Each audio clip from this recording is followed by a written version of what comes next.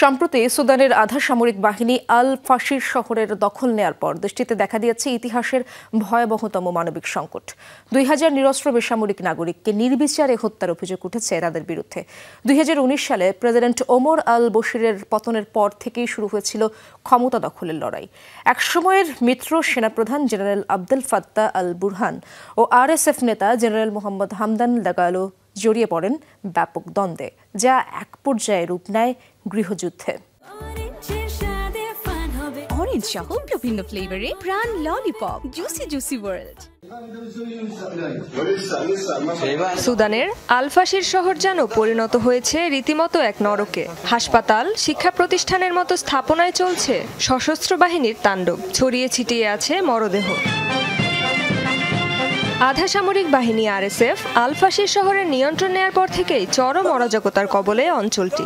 দেশটির প্রশাসন জানিয়েছে, রোববারের ঘটনার পর শহরটিতে এখন পর্যন্ত হত্যাকাণ্ডের শিকার হয়েছে অন্তত 2000 মানুষ। বাহিনীটির বিরুদ্ধে উঠেছে বেসামরিকদের উপর নির্বিচারে গুলিবর্ষণ, বাড়ি বাড়ি তল্লাশি ও নারীদের উপর যৌন সহিংসতার অভিযোগ।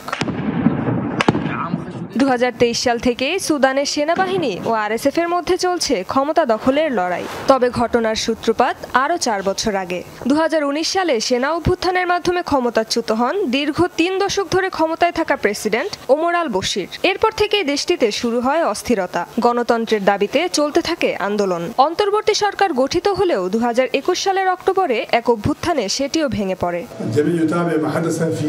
এই অভ্যুত্থানের কারিগর ছিলেন সেনাপ্রধান general Abdel Fattah al Burhan ও আরএসএফ নেতা জেনারেল মোহাম্মদ হামদান দাগালো। তবে এ ঘটনার পর ক্ষমতা ভাগাভাগি, বেসামরিক শাসনে ফেরার প্রক্রিয়া এবং আরএসএফ বাহিনীকে সেনাবাহিনীতে একীভূত করার প্রশ্নে দ্বন্দ্বে জড়ান দুই নেতা।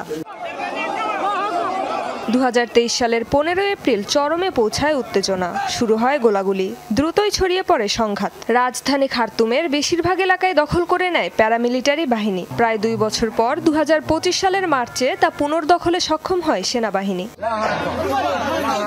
2013 সালে প্রতিষ্ঠার পর ইয়েমেন ও লিবিয়ার সংঘাতে অংশ নেয় আরএসএফ। নিয়ন্ত্রণ নেয় সুদানের বেশ কয়েকটি স্বর্ণ খনির। বিপুল অর্থ উপার্জনের পাশাপাশি এসব স্বর্ণ গোপনে সংযুক্ত আরব আমিরাতে পাচারের অভিযোগও ওঠে তাদের বিরুদ্ধে। সুদানের সেনাবাহিনীর দাবি, অস্ত্র ও যোদ্ধা দিয়ে আরএসএফকে সহায়তা করছে সংযুক্ত আরব আমিরাত ও লিবিয়া, যদিও এসব অভিযোগ অস্বীকার করেছে আবুধাবি। রেজবানা সাইমা, যমুনা নিউজ।